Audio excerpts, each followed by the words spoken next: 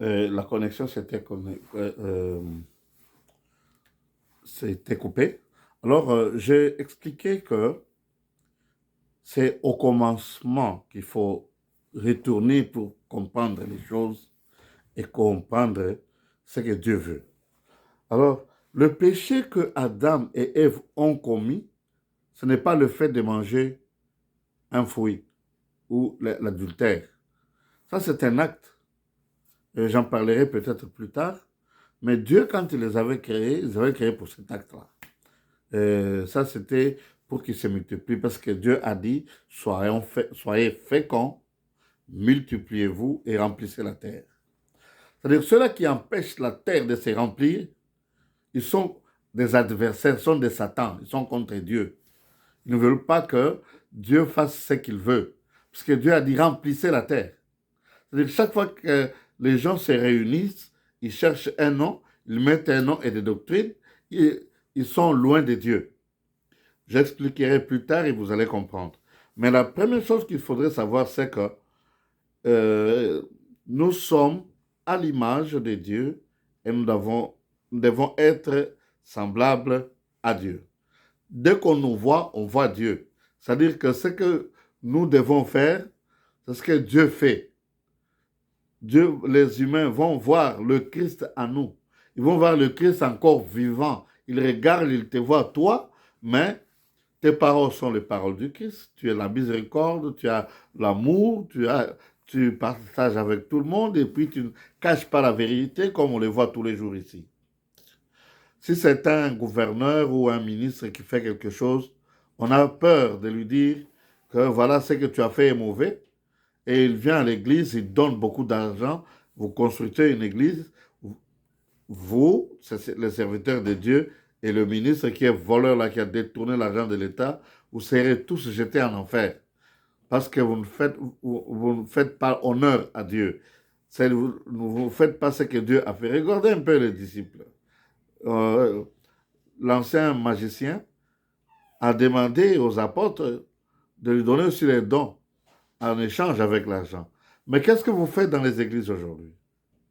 Oh non, il faut tenter Dieu. Hein? Tu donnes même 1000 dollars, tu donnes une voiture, donc quelque chose que tu aimes vraiment dans ton cœur. Tu donnes ça et Dieu va guérir ton enfant qui est malade, Dieu va guérir ta femme, va guérir ton mari, ainsi de suite. Toutes ces choses-là, c'est pas biblique, c'est diabolique. Parce que Dieu nous a donné gratuitement pour que nous puissions donner aussi gratuitement. Ce que tu fais là, les miracles, les prodiges, les prophéties, tu te mets devant les gens et tu es en train de prêcher. Mais il faut faire un examen de conscience. Au commencement, est-ce que c'était ainsi? Lorsque tu prêches là, tu as une grande église. En toi, tu as quoi? Tu n'as pas l'orgueil? Est-ce que tu ne t'es pas élevé toi-même? Est-ce que tu ne te compares pas aux autres? Nous sommes la plus grande église. Moi, j'ai beaucoup de brebis. Moi, tout le Mombachi, c'est ma ville à moi. Tout ça, ainsi de suite. C'est moi qui fais des prophéties pour notre pays. D'autres personnes s'appellent prophètes des nations. Mais dans la Bible, il n'y a personne qui s'appelait prophète. C'est Dieu qui donnait ce don aux humains. Et Dieu n'a pas besoin que vous puissiez reconnaître qu'il soit prophète ou pas. Dieu veut simplement que vous puissiez écouter ce qu'il dit et faire ce que Dieu dit au travers l'homme en question. Même si vous l'appelez apôtre, prophète ou pasteur, ainsi de suite. Moi, quand j'écris apôtre Doudé Michabu, je n'écris pas comme apôtre Pierre ou les autres. Non, parce que je suis seulement un envoyé. Et c'est ce qui signifie apôtre. Moi, je crois que tout le monde sera d'accord avec moi. Quand vous êtes envoyé pour faire l'œuvre de Dieu, vous êtes un apôtre. Apôtre signifie apostos, qui signifie envoyé. Oh non, Dieu m'a envoyé vers les nations, Dieu m'a envoyé vers telle chose, ainsi de suite. Mais c'est Dieu qui arrangera comment est-ce que tu vas commencer l'œuvre du Seigneur. Ce n'est pas à toi de chercher à commencer l'œuvre du Seigneur. Tu commences à rançonner les gens. commence à ravir les véhicules d'autrui, commence à ravir hein. Il y a une grande différence entre vos paroles et vos actions. Vous dites, moi je crains Dieu, mais au fond, tu insultes les gens, tu critiques les gens, tu fais emprisonner les humbles citoyens. Tu prends l'argent de l'État, tu mets dans ta poche. Et puis le dimanche, tu donnes l'offrande à l'église avec l'argent du sang, avec l'argent que tu as volé là. Sachez que quand on dit l'argent de l'État, c'est notre argent à nous. Nous sommes les contribuables, nous contribuons, nous cotisons l'argent. Tu amènes une chose au Congo, tu payes les taxes. Et tout cet argent que tu payes là, tu envoies, tout le monde qui achète des histoires au Congo, il paye les taxes, c'est un contribuable, c'est les impôts. Et c'est cet argent que toi, tu viens, tu prends, parce que ça se trouve dans la caisse de l'État, là où tu es chef. Tu es ministre, il n'y a pas de gens intouchables. Écoutez que je vous dis une chose très importante. Tu es pasteur de l'église, quand je dis église ici, ça ne signifie pas le corps du Christ. Ça ne signifie pas l'église véritable. Tout ce que nous voyons, ce sont des synagogues, ce sont des dénominations. Ce sont des églises qui ont un nom et une Bible. Je donne l'exemple. Si tu es un vrai catholique, c'est-à-dire tu es un vrai catholique, tu n'es pas un vrai enfant de Dieu.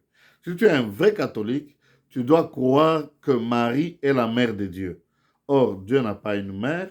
Marie, c'est la mère de Jésus et de James et les autres. Il a mis beaucoup de gens au monde.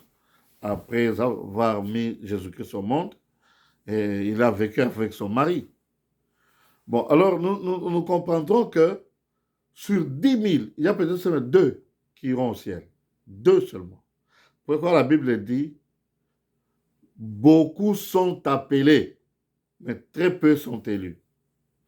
Il faut être à l'image de Dieu et selon sa ressemblance. Quand quelqu'un t'insulte, tu l'insultes aussi, non? Quand quelqu'un te fait arrêter, tu le fais arrêter, non? Quand tu veux ravir les biens d'autrui, n'est-ce pas, tu l'accuses injustement. Tu sais que c'est toi qui dois à cette personne-là, mais te précipites parce que tu as un frère qui est à la Cour de cassation, qui est gouverneur, qui est ministre ou qui est commandant quelque part. Tu accuses ton ami. J'ai déjà vu des gens comme ça. Moi aussi, j'étais victime. Mais moi, je pardonne à tous ceux-là qui m'ont commis du tort. Je sais que c'est Dieu qui me donne, qui les répand comme Job. Job n'a pas vu Dieu venir lui donner. Job n'a pas vu Dieu venir répandre. Mais sauf que Job a travaillé et il a vu le fruit. Maintenant, parce que c'est Dieu qui lui a donné, parce que ce n'est pas à n'importe qui que Dieu donne. Maintenant, il y a une autre chose qu'il faudrait comprendre. Lui, il a vu les bandits venir et piller tous ses troupeaux, brûler les champs. Il a vu la nature frapper ses enfants par un foudre et tous sont morts. Et même son corps a été frappé par une maladie. À tel point que sa femme a compris que ça, c'est la main de Dieu. Lui a dit, maudit Dieu pour que tu meurs.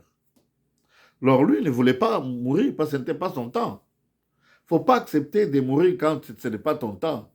Dieu a encore un plan avec toi parce que tu es spécial. Tu es mis à part.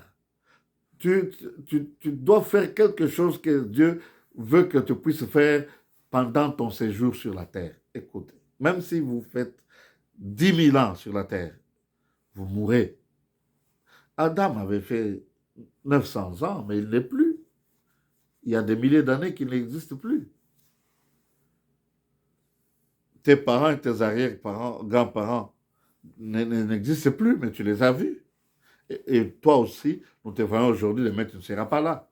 Quand quelqu'un est né, la deuxième étape, c'est la mort. Même si tu as tout ce que tu peux avoir.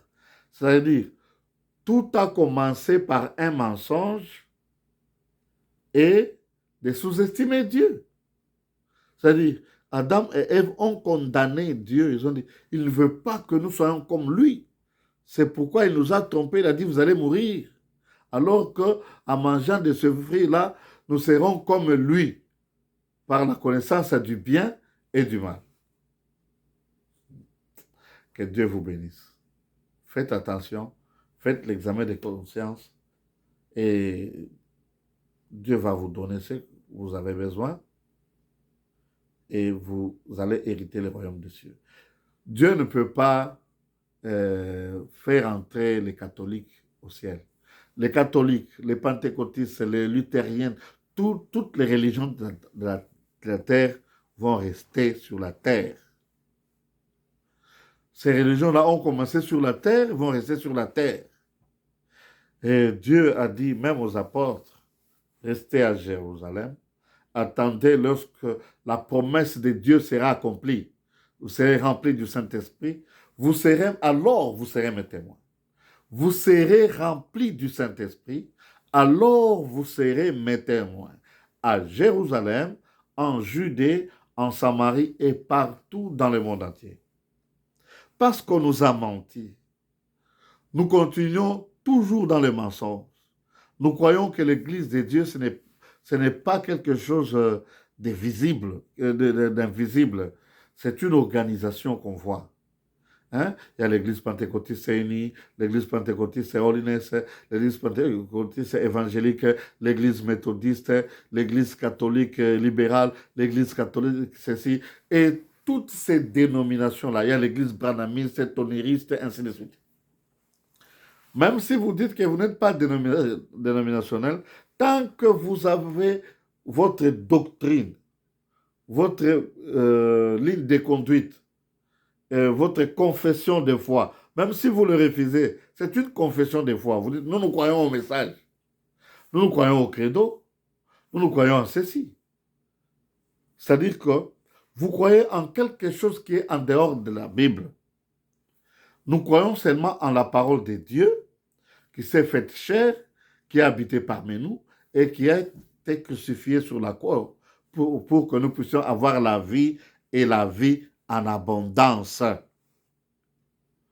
Nous redevenons semblables à Dieu en suivant et en pratiquant ce que Dieu nous dit de faire.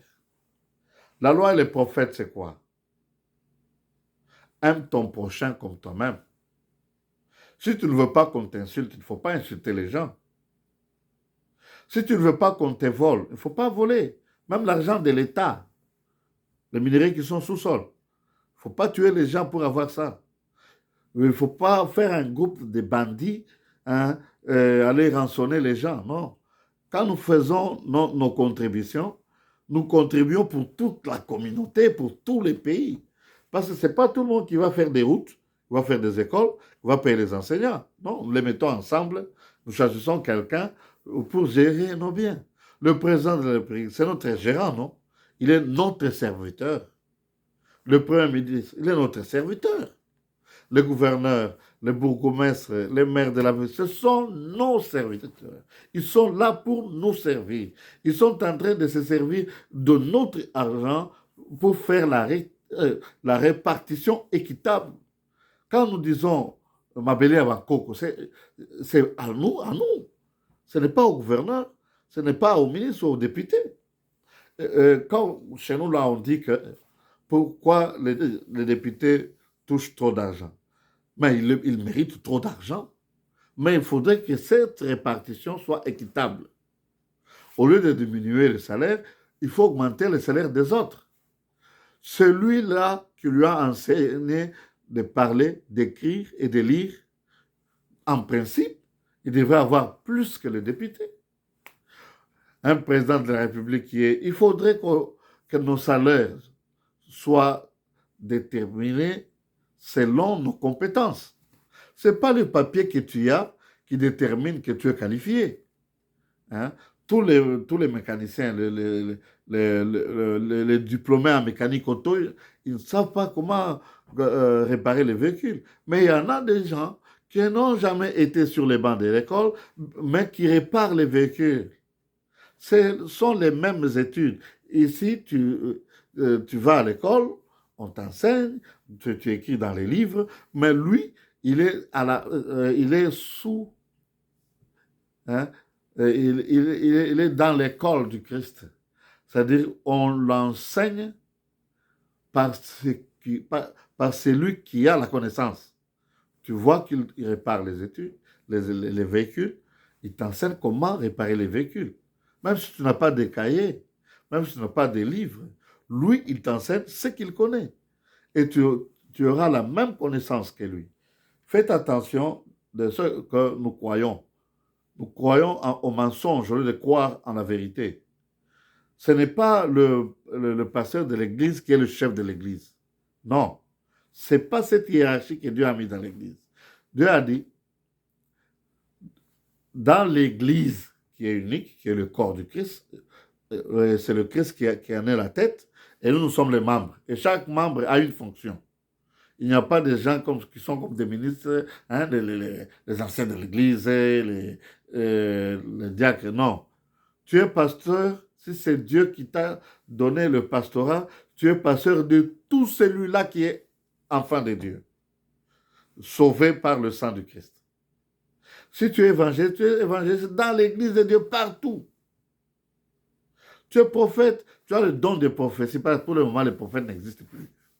Tu as le don de prophétie, un ministère prophétique. Tu ne peux pas proclamer que tu es prophète. C'est Dieu qui va t'élever et tout le monde saura. Et le nom que nous portons, le nom des chrétiens, ce sont les païens, les gens qui ne connaissent pas Dieu, qui nous ont baptisés chrétiens, parce qu'ils ont vu que nous sommes l'image de Dieu et que nous sommes semblables à Dieu par nos paroles, par nos actes, par nos agissements. On te gifle à droite, tu donnes la gauche. Et on dit, ne tenez pas tête au méchant. Si quelqu'un est méchant, ne tiens pas tête à lui. Si moi je tiens tête à toi, parce que tu m'as volé, ou bien tu veux me voler, c'est parce que je crois encore que tu es un enfant de Dieu. Tu pries, tu prêches. Je te résiste, parce que pour que tu puisses comprendre, ce n'est pas ta place, ce que tu fais. Tu détournes l'argent de l'État,